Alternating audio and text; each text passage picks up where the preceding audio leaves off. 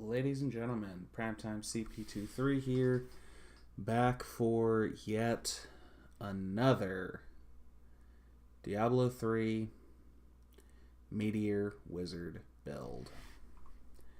Today, we're going to be looking at a Conquest variant, though. Today, we're going to be looking at the build that's going to allow me to complete the Thrill. Reach Greater Rift level 45 solo without any set items equipped. Now, the way we're going to accomplish this is basically we're going to remove the tal-rasha set, as seen here, and we're going to put in legendary items where the tal-rasha's set items should be. Those changes are, instead of tal-rasha's stride, we're using Skellen's Deceit, because apparently I can't roll legendary pants with the wizard. I literally ran through 1400 blood shards and I didn't get a single pair of legendary pants that were not set. Then, of course, instead of the amulet, we're going to be using a Hellfire amulet. Rather, instead of a tal-rasha's amulet, we're going to use a Hellfire amulet. On this one, we have the Blur passive, which is awesome, because that's an additional 17% damage reduction. And we'll talk more about passives very soon. Instead of the helmet, we're going to be using a Leoric's crown. This is negotiable. You could use something like Dark Mage's Shade to cast Diamond Skin when you fall below 35 seconds. Or, ideally, you could use an Andariel's Visage to buff up your fire damage. Currently, we're at 37% fire damage. We could get an extra 20% fire damage by using Andariel's Visage, and we could get an additional 20% fire damage if we had the Swampland Waiters, which is, I believe, an item that only drops. It's a legendary pair of pants that I believe only drops for Witch Doctor. But as I do not have a Witch Doctor this season, I figured I would not include that. And then, of course, instead of the gloves, we're using Mage Fist for an additional 18% fire damage. Then we've got Cinder Coat instead of the Chest Piece. This is going to reduce the resource cost of our fire skills by 30%, and it's going to give us a fire skills deal 19% additional damage, up to 20%. And then, ideally, we would have plus fire damage on our bracers. We don't. So, currently, we've got fire damage on 3 pieces.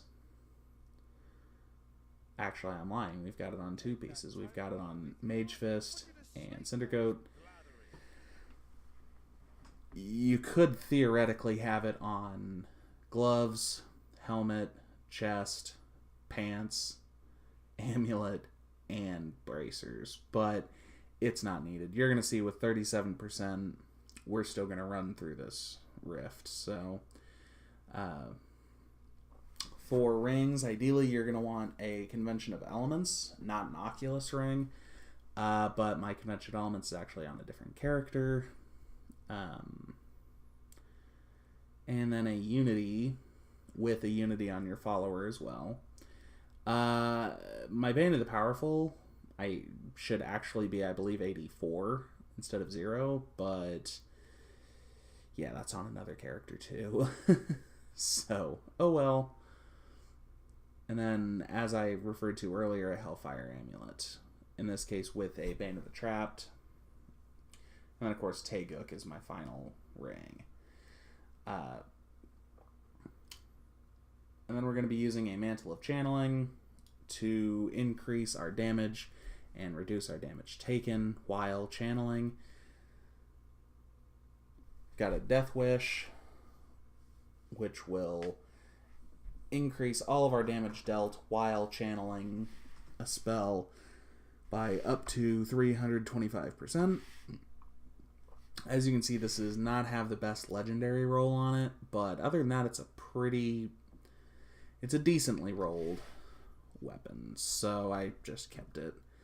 And then, of course, an Etched Sigil is what brings it all together, because with Etched Sigil, when you're channeling, the damage of your arcane spenders is buffed, and it randomly casts an arcane spender while you channel. So you're going to see I'm going to be channeling Disintegrate, and it's going to be periodically calling down meteors and black holes.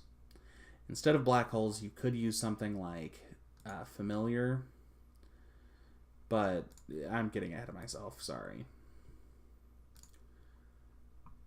And then we're also using Nilfr's Boast to increase our meteor damage, and a Grand Vizier to increase our meteor damage. We've also got Nemesis Bracers and Halo of Karini in the cube. This is literally my build that I use with tal-rashas, only without the set items and with different skills, because since we're not using the tal-rasha set, we no longer have to care about hitting with each different kind of spell. So we're going all fire. We're using Disintegrate with Convergence, Black Hole with the Blazer rune, so that your black hole is going to explode with fire. Of course, we're still using Magic Weapon with Deflection, Storm Armor with Power of the Storm, and Teleport instead of having to use Calamity so that we can actually do damage. Instead, we are using Wormhole, which means we get to teleport twice before the cooldown starts, which is awesome. And of course, Meteor with the Meteor Shower rune brings it all together. For passives, as I mentioned earlier, because we do not need Blur, Blur is basically just a bonus here. Galvanizing Ward and Unstable Anomaly are borderline essential. Instead of using Elemental Exposure, now that we are not hitting with all the different damage types, I swapped to Conflagration, whatever, so that we can increase the chance to critically hit our enemies. And then, since we don't have to have Blur on our bar, I chose Unwavering Will, because when we're standing still, like we are anytime we channel, we're going to get buffs to our armor, all resistances, and damage. So that's pretty nice. Other options here, Glass Cannon, Power Hungry, depending on just how you want to play it, or Audacity, again, depending on how you want to play it. So let's go ahead and jump right into the Rift. I have not done a GR45 with this particular build, but I have run through a T10 Rift with this build, so we should be good to go.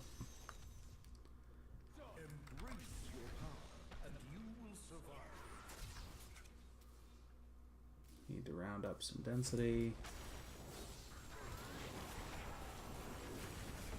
As you can see, we're literally melting things.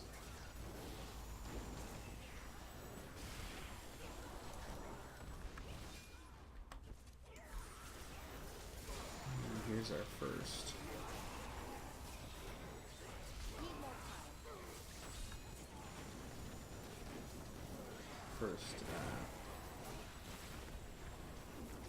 Champion many, and of Of course, we ripped him up once his shielding went down.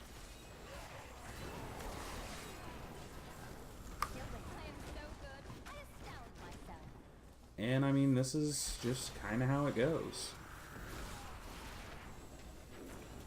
You just stand here, you cast your channeling spells, and you hit pylons and kill everything. As you can see, I'm only at 775 Paragon. So it's not like I have some ridiculous Paragon number. I mean, I feel like this season 700 Paragon is next to nothing.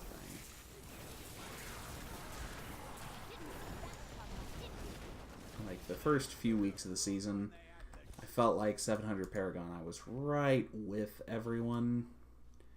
But then it's taken me like 3 weeks of the season to get past 700 Paragon, so I've slowed way down. My grind has slowed way down. But of course, if you need more information about that, you can go and watch one of my previous videos where I talk all about what's been going on in my life, why I haven't been uploading. I'll try to remember to leave that video, a link to that video in the description below.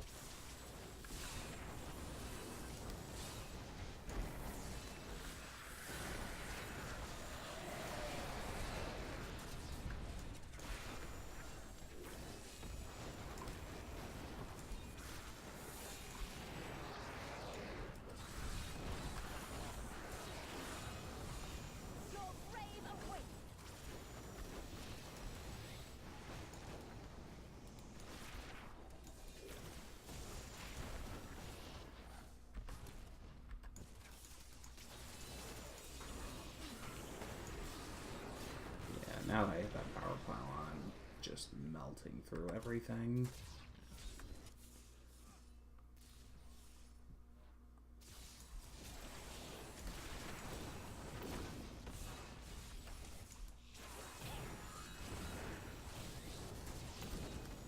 You know, in fact, because this build is pretty much exactly the same as the Meteor build, rather my tal-rasha Meteor build, just for kicks, I may try to make this into a Legacy of Nightmares build once I acquire some Swampland Waders and a Andariel's Visage. So stay tuned for that. If I can... Big if, but if I can find those 2 items, I will be sure to make an updated video to this showing a Legacy of Nightmares variant.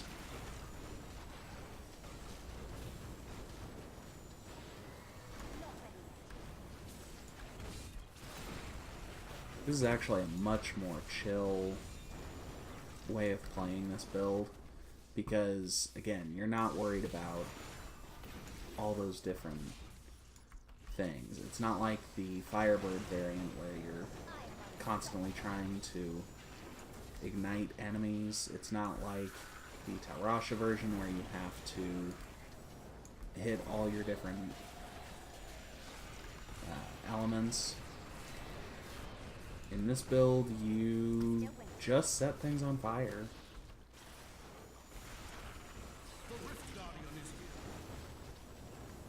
And then melt a Rift Guardian.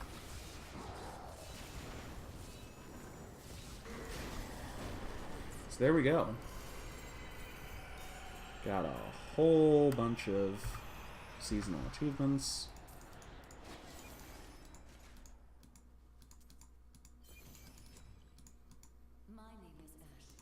So that was fun.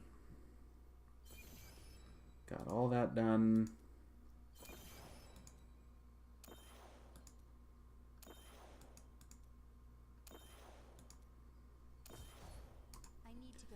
And there we go. So, ladies and gentlemen, that's going to do it for today's video. That is how you're going to complete the Conquest, the Thrill. Of course, someone did it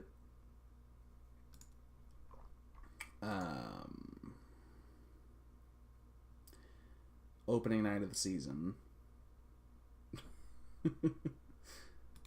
But what are you gonna do? So, ladies and gentlemen, that's gonna do it for today's video. I hope you enjoyed it. If this build did help you out, please make sure to leave a like, comment, and subscribe, and tell me about your experiences so far this season. So, ladies and gentlemen, until next time, this is Primetime CP23, and I'm out.